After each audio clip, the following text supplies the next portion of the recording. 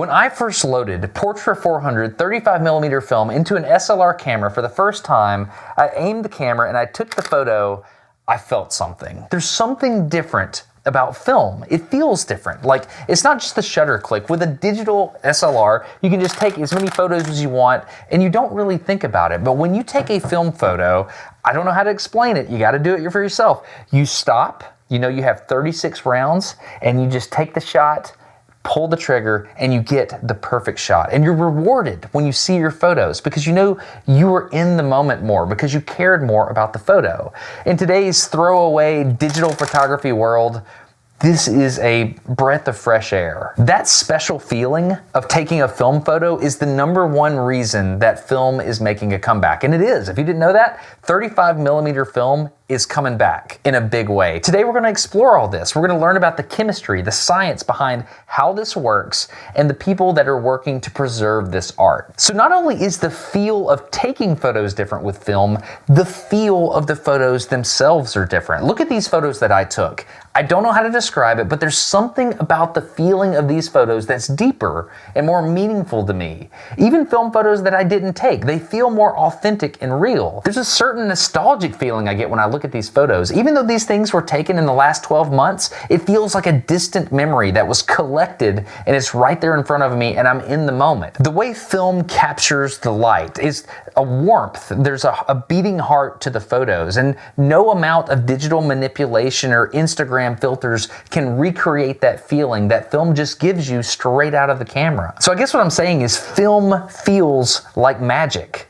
But not only does it have that emotional magic to it, there's a mechanical, scientific magic to it as well. You're taking photons from a scene in front of you, you're capturing them in a clever arrangement of chemicals on a physical object, you're hiding it in a dark box, and you're holding it there until you can do some more chemical magic to make that photo be revealed at a later time. It is an amazing process, and today what I'd like to do is look at how film development works. If you take a single strip of 35mm black and white film and you look at it edgewise like this, you'll see that it's made up of several different layers. This part down here is the actual film, made from cellulose triacetate. This layer here is the magic layer. This is called the emulsion. It's a mixture of gelatin and light-sensitive silver halide crystals, literally little granular rock crystals mixed together in suspension in that gelatin. There's an anti-static layer on the back and an anti-scratch layer on the front and an anti-halation layer behind the emulsion. Basically, this layer absorbs all the light once it passes through the emulsion and makes it so it doesn't bounce back up. When the silver halide crystals are exposed to light, they undergo a change and a latent image is formed on the crystals. If you think about what's going on, when you take a picture, you are exposing silver halide crystals to light. When you release the shutter, you have a latent image on the film and it advances over here into the box and it hides it in the dark so that you have this latent image next to all these unexposed silver halide crystals. So the trick is, how do I take that latent image and turn it into a permanent image? I want to lock it in.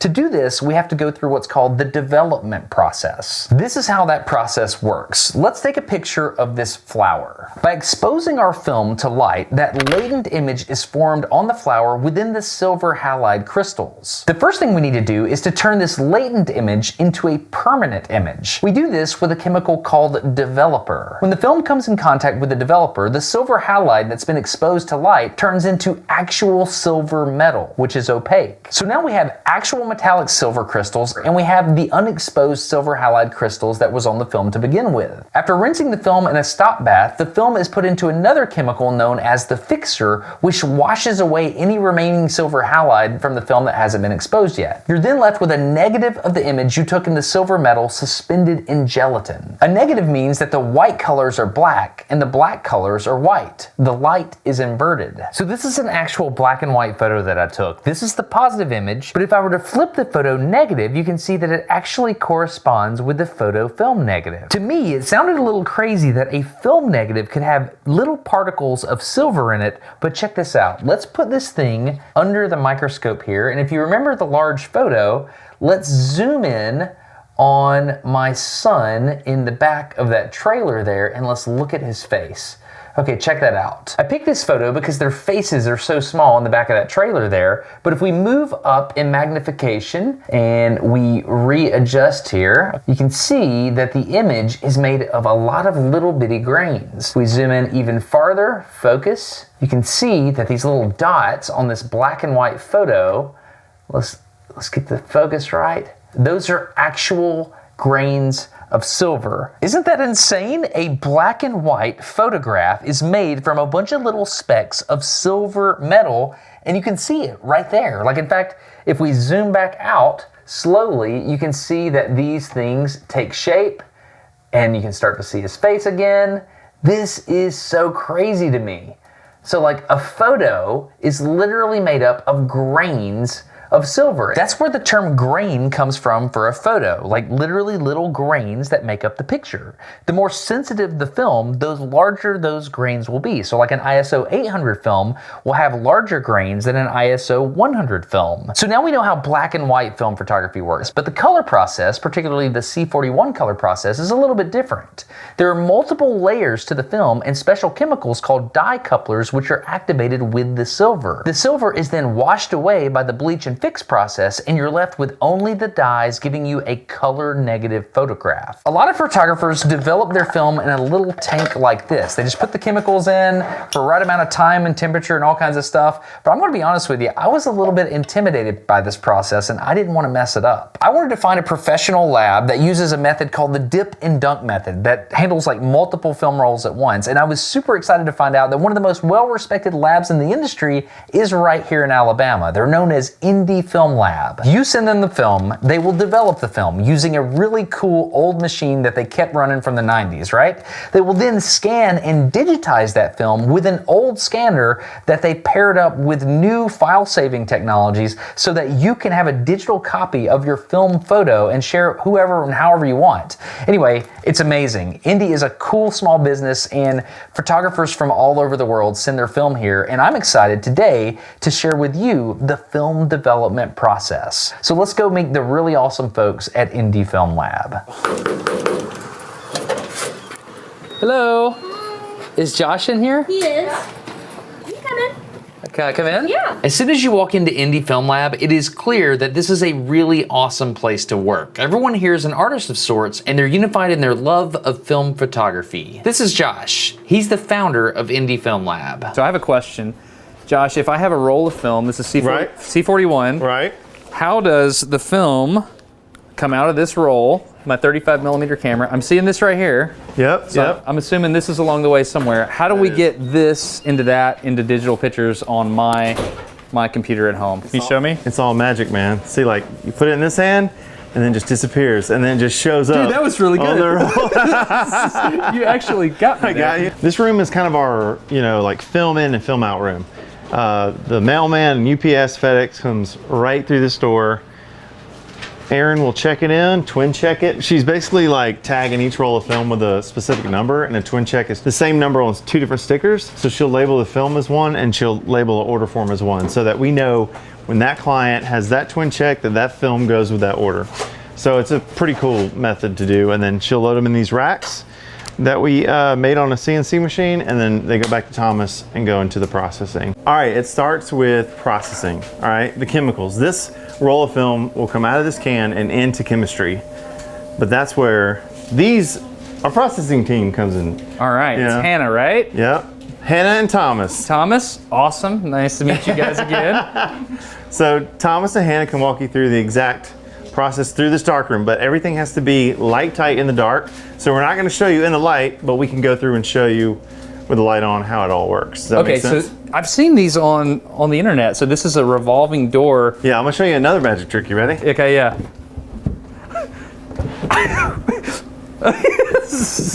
What is this poster? Who's the poster? That's Thomas. Oh, that's awesome. That's shot on 4x5 film. Like, I can't even. How many years ago was that? Look at the hair. It's a big difference. And it's so like you can't. Well, it's dark in here, but it is the sharpest, one of the sharpest photos I've ever taken ever. It's insane. Inside this whole room here is so dark you can't even see your hand in front of your face. It has to be. You're inside of a camera at this point. Okay, so for the purposes of this discussion, we're not going to use my actual film. We're going to use dummy film. What does that mean? This is just expired film. It's from 15 years ago, and I'm not going to use it really. It's more test rolls for cameras and stuff. So what I'm going to do is I'll actually grab the stuff that I need to crack this open so that we can see how it works. Yeah? Okay, yeah. Am I following you? You're more than welcome to. Okay, yeah, I'll follow Yeah. you. Okay, cool. All right. Oh, wow. Okay, here we go. All right, we're rotating around. Oh, there are lights in here. Yeah, we've got them on for right now. For right now, we've got them on. If the lights come on when the film is in here, we ruin everything. So is there a safety on the light switch or something? Yes. Or? Right here, all we've done is put a little bracket over it. That's it. So you actually have to consciously make a decision to turn the lights on. Gotcha. Okay. So this is what it looks like. I can see. In I darkness. see some really faint stars. Yeah. We put up our zodiac signs. You know, it's cool because we're like that. So did you do that just so you could have A reference point. A reference? Okay, my camera is not gonna pick this up at all. Can you turn it back on, please? Yep. Whoops, sorry.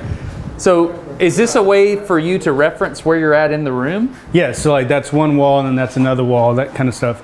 But we also will use once you get used to the darkness, everything else starts taking over. So the smell, the sound of it bouncing off of the machine, so you start feeling out like where everything is. You A little start bit of getting used to- echolocation kind of thing. Yeah. Okay. You become sort of a bat back here. That's awesome. Yeah. So what are we doing with the film here? So what we're gonna do is, so Hannah got me a 35 millimeter rack. So when it's back here, Can I just say that was really cool the way that happened? so when we bring film back here, it hangs on here by this clip. We'll pull it off like that. And then with this special tool, is pretty much a bottle opener for film, 35 millimeter. We'll take it with the non-nipple side, crack it open, toss in the trash, push it out, and then we'll snip this part. And then it, Can we go ahead and do that? Yeah. Can we snip it? yeah. Go ahead and like get all the way. Suited up. Yeah. Get your Batman utility belt on. So the whole goal here is you have your tools indexed to your body because everything's in the dark and you don't. Right. Okay. I can feel where everything is. So once this is out like this, we'll snip off the leader so it's flat like that. Then we'll take the 35 millimeter And weight, you're doing this in the dark. all in the dark, Okay. and we'll take it, clip it like so. And is that heavy? Yes, it is It heavy. is heavy. It's got some weight to it. And then we'll cut off this other end Okay. like so. Toss it in the trash. Is the trash can always there? Trash can is always there next to us, so like we know like just a range of where it's going. Once you get into a rhythm, everything just kind of falls into place. So once it's hanging, we'll take the rack down and then put it into these teeth. The film is hanging. We'll have multiple racks here, and then we'll start the machine. So this first tank is developer, and the second tank is bleach, then a wash station, and then fixer, wash, and then a final rinse. So now the machine is getting it prepped and ready. So it's going to hit these two sensors, and it's going to tell the machine that there's a rack here. And then once another 3 minutes and 15 seconds happens, then it'll lift this up and then go into this first into development. The way the machine knows that there's a rack, also besides these sensors, there's these flags. If it says it's got 7, it knows because it's hit these little Got it. sensors right up here. That proximity are, sensor. Right. And depending on how many flags are on there, it denotes how many rolls there are, and then that tells the machine how much to replenish per rack. Oh, I get it. So what you're playing a chemistry quantity game. Right. So basically this is a chemical process. So there's a chemical reaction that happens. So on the left side of the chemical equation, we have a certain amount of chemistry in the vat. Yeah. And these proximity sensors right here, well, how do I show this? Probably best is right there. Yeah, so these proximity sensors right here count like physically, hey, this is where some film is. And when it sees that, that tells you how quickly you're burning your chemicals. Right. Yeah, and so you and Hannah, you guys are the experts at understanding how much chemistry needs to be replenished based on that, or does the machine do that? The machine does all of that. That way the chemistry always stays on point. The thing that we have to adjust is how much actually gets pumped in, because sometimes you can put too much into it. And with the pump systems that we have, they're bellows systems, so we can adjust them based on milliliters. Got it. And so we just kind of fine tune that to make sure it's not putting too much developer or too much bleach, because then you'll over process. So what am I doing now? I'm picking the film up.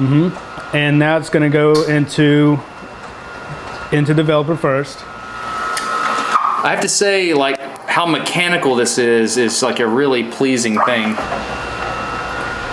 Try not to get my hands cut here. Yeah, you might roll. Come in. Yep. What are you doing there, Hannah? I'm turning on a nitrogen. Nitrogen. That gets pumped into this Yeah. machine as well. So nitrogen gets pumped into developer, because what happens with developer, if it gets oxidized, then it becomes depleted. It's not as potent anymore. We're moving to the To the water. water. So this is a rinse. This is a rinse cycle. It's very satisfying, isn't it? Yeah. We're gonna take just a second and figure out this cam mechanism. So I gotta figure it out. Hold on. So the whole rails come up. So this thing comes up, and then how is it indexing? There's some way that it is indexing. Okay, I gotta look at it here. Oh, the slots are offset. Okay, so as this goes down, it moves it over. Am I right? Correct. All right, so That's it. So as it goes down, because the sawtooth is offset, it's like a pawl and ratchet, and it only moves one way. Correct. Right. So if you'll watch, like the next time it picks up, you'll see this arm shift forward as it comes up. Okay, so it's moving over, and then it's coming down, and then as it gets here, it's going to move. After it drops it, it's going to move backwards. Then it moves back. So where did these machines come from? Because this is old tech. Denmark. Denmark. Yeah, they're made in Denmark. That's like their origin. So you got on a plane and you went to Denmark and you got them. No, I went to eBay and then no. So well, actually, I did. I found these on eBay because they're really hard to find. These are like the Rolls Royce of these types of machines. So I found one on eBay. Called the guy. He only had two, and he's like, I have more stuff that I can sell you, but other labs already kind of claimed it.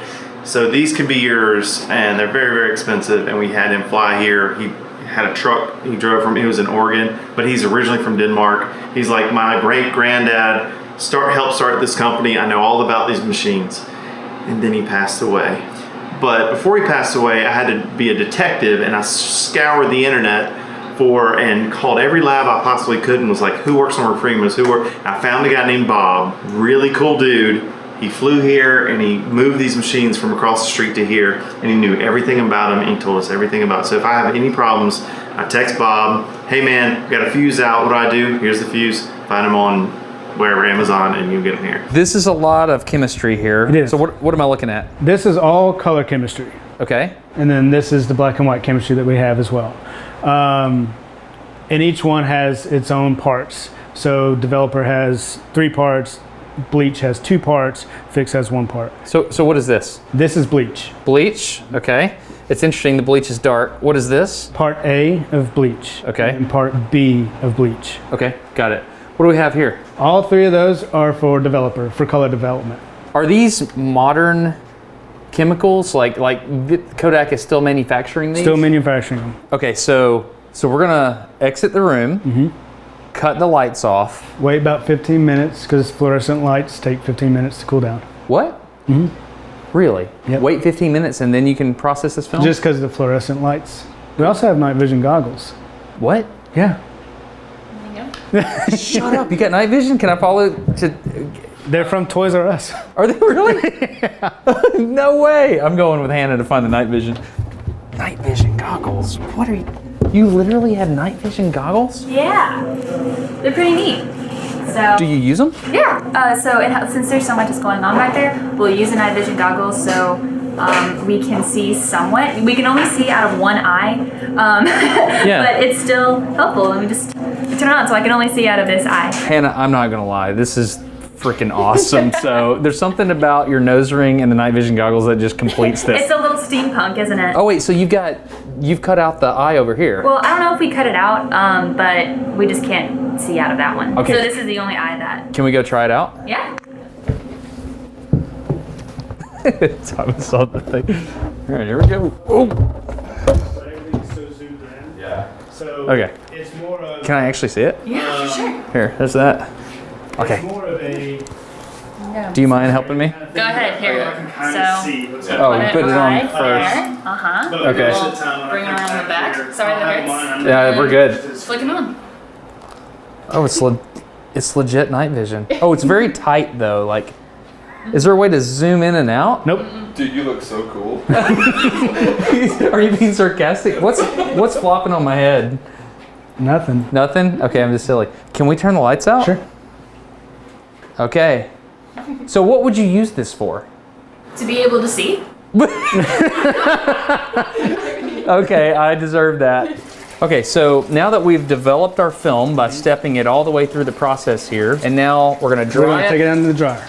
We're gonna take it to the dryer. Take it to the dryer. All right, so it's time to go dry our film. Yeah. That doesn't get old. That lets people know that there's film. Why is it a Batman symbol? Why wouldn't it be? It's dark back here. Hannah already let me know that you're into Batman. Oh, yeah. Do you have a tattoo? Yeah. Heck yeah, you do. That's awesome. That's awesome. My brother likes Batman too. So what is this right here? So this is just the dryer that's on the outside of the other side of the darkroom. So all the chemicals in the machine is on the other side. And so it goes through developer, bleach, fix, all that. And then after it exits its last bath, which is a stabilizer, it comes through the dryer to this side. And then there are these wheels that move the rack through the dryer. And it's in here for about 30 minutes. And then once it's done drying, it makes this really loud beeping sound. And then you reach in and you pull it out. Is there heat in there? Like air is circulating? Yeah, you can stick your hand in, it's nice and warm. Oh yeah, it's dry air too, right? Okay, so what do we do with it at this point? And then from here, I'll move these racks back. We hang it right here. And then so this was a full rack. I would go through, I would unclip all of the racks and toss them in the right weight bin. So this is all of our 35 clips, and these are for 120. So one of these stickers will go on the roll, and then one of them will go on an order form that hangs on some of the trees that are over here. Okay. Different trees are for different scanners. So this is where we have two different, have we talked about the scanners yet? No, we have not. Okay, so we have two different scanners. We have a Noritsu scanner and a Frontier scanner. And when the client checks in their roll of film, they can decide which one they would like for their rolls to be scanned on. And then, but this is like putting it in the queue, a physical queue for the scanners. Okay. And then the scanners will come pick out which rolls they'll scan, and then they'll go back and they'll scan them. This is our scan room. I feel like I'm on Cribs. Welcome to where the magic happens. So we have Sarah. Is he like this all the time? Yeah. Is that good or bad? That's a good thing. Okay. So this is a Noritsu scanner? This is a Noritsu scanner. Okay. Made by the company Noritsu. These machines were really an extension to the scan and print method back in the 90s. So back in the 90s, if you shot film, anyone that shot film, you would send it to a lab, they would scan it and immediately go right to print. There is no one messed with digital files in the 90s. You know, Photoshop came out in 93 or 94, I think it was. So no one really did that, especially not at home. Now like today, everyone does it, right? My kids can do it on the phone, right? 2001 came around, 2002, what happened? Digital cameras started coming out. So this became obsolete? Not yet. The scanning to print started to kind of go away because people had digital cameras. They could take a picture and it'd go right to their computer. If you remember 2001, 2002, I got my first laptop, right? And it was real slow, but as that kind of progressed, I would say 03, 04, 05, we really got a handle on how digital technology works and files, like digital files and stuff, and cameras were getting pretty daggone good. That's when this started kind of going away a little bit, right? So Labs were throwing equipment away. We don't need this stuff, selling off stuff. We don't need this. Digital's here and it's here to stay, right? What we have done as a film lab today is we have hacked the system. We have taken away the print part of it as the main product from a scan. Now it's high-end digital files. So what these machines are really good at is converting the analog to digital. The color accuracy, the sharpness, the tones, the range. So Sarah is actively scanning, right? Yes. Okay, so what are we doing here? So this is 35 millimeter film, and we are just going to scan it as a large file. So just So you're make putting that that whole change. strip in the Noritsu? Yes.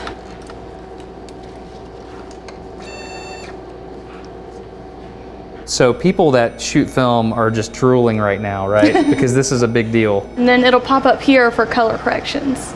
Got it. And we'll blur out people's images here because you guys don't show people's copyright stuff. This is actually Rod's, so he Oh, this is gives yours, Rod? permission. Yeah. All right, sweet. So we can show what's going on. Yes. So because of the green and pink colors, they kind of fight with each other in the scanner, so we have to make some color changes to these. Oh wait. So you're helping it. Yes. Why? Yeah, so we can correct just to make sure that it's like true to life, even, balanced colors. Sometimes, for instance, if the scanner sees lots of pink in this image, it'll make the image more green to kind of compensate. So, Oh, so this scanner is making decisions right now. yes. As it's scanning this film, oh look at that, just coming straight out there.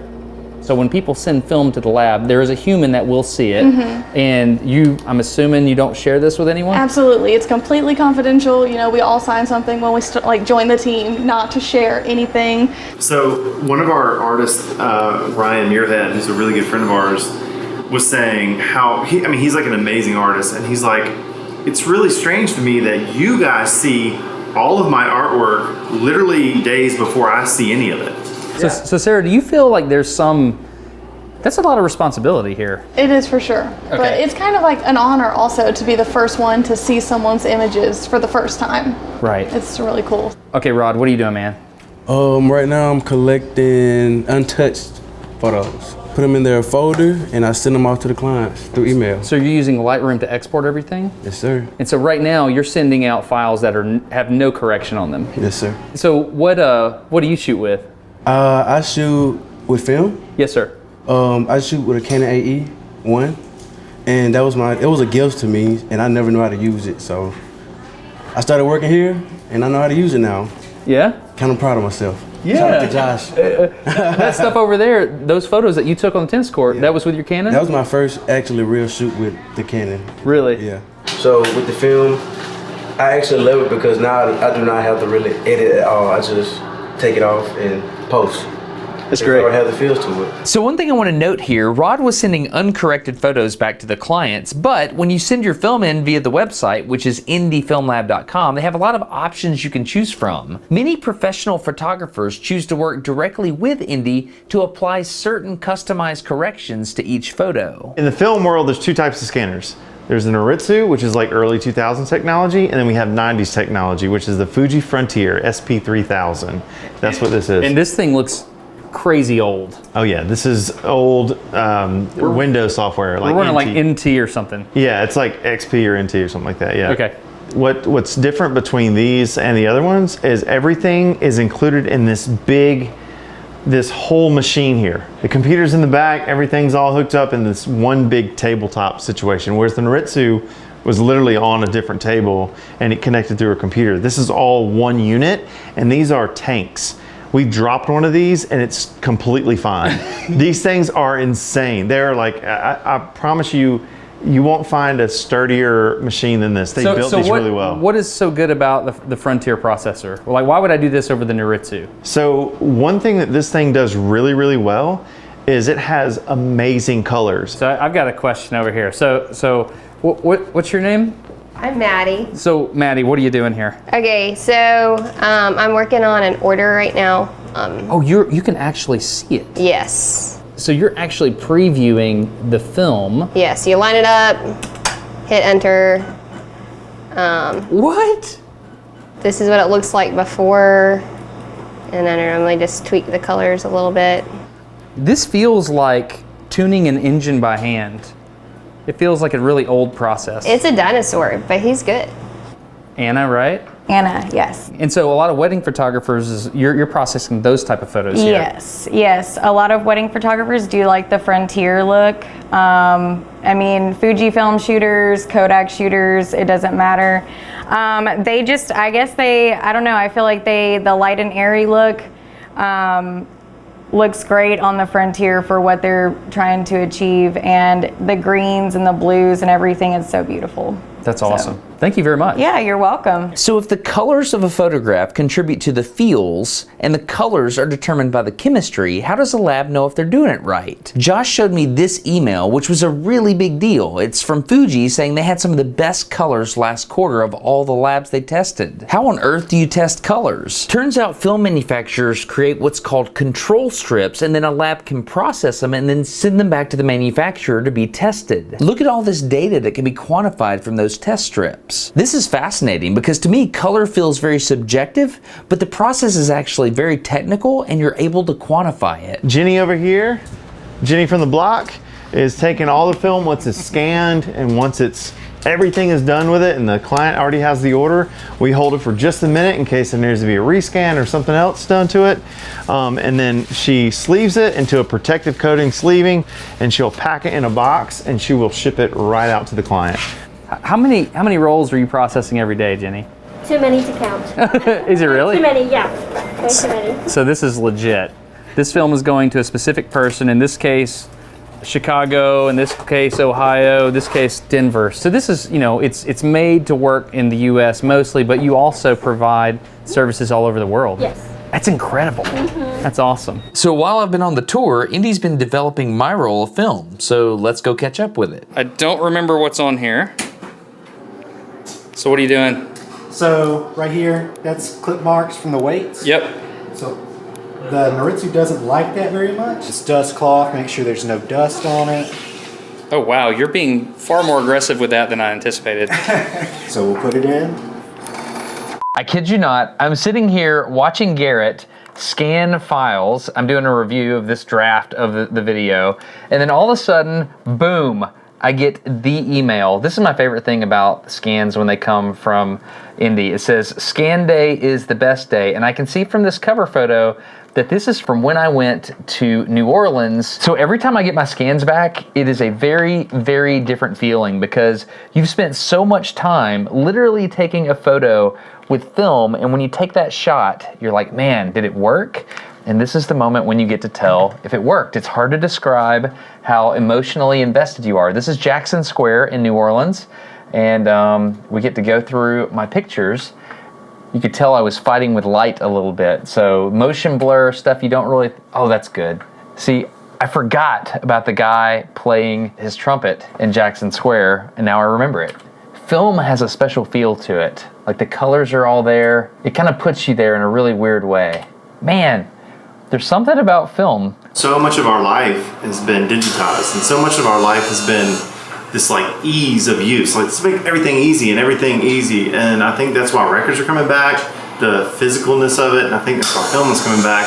I think there's something that's so tangible about the process of film photography, and there's something about taking it from this abstract concept of light hitting silver, emulsion, whatever, and then holding it yourself and developing it and then being able to see it in the roll and then taking it back to get scanned. And it's all it's a hands-on process. The images, I don't want to say they mean more than being able to have them immediately, because I mean, photos hold memories regardless of like if they're film or digital, but being able to take it step by step with your own hands, it's a really special process. So what exactly is it about film that I love so much? To be honest, I don't really know. Some people say it's the randomness in the silver halide crystals that make the image just irregular enough that it's pleasing to the eye. And to be honest, there might be something to that, because when you contrast it with a photo taken from a digital camera, I can just tell. One thing I do know though, if you'll take the time out of your busy digital life and seek out an old film camera and give it a shot, there's a really good chance you'll fall in love. This episode of Smarter Every Day is sponsored by KiwiCo. KiwiCo is an amazing subscription service that'll send kits to your house that your kids can use to explore and learn about science and engineering and all different kinds of things.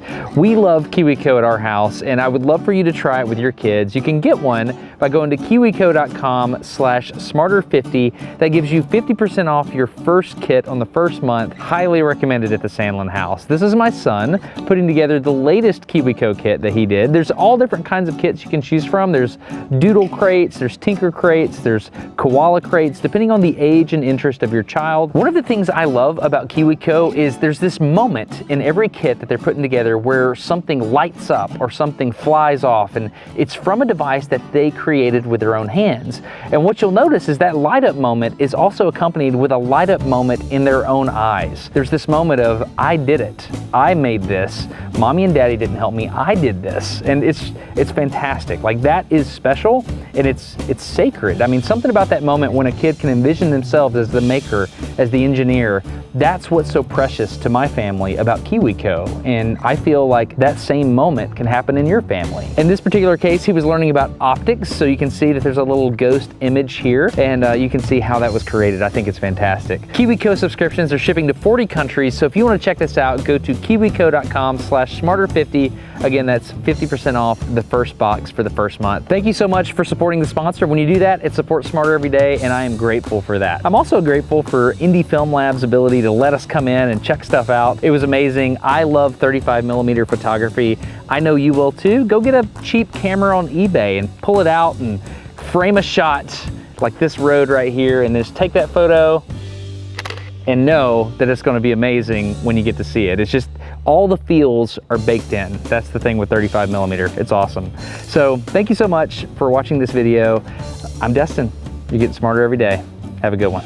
Bye.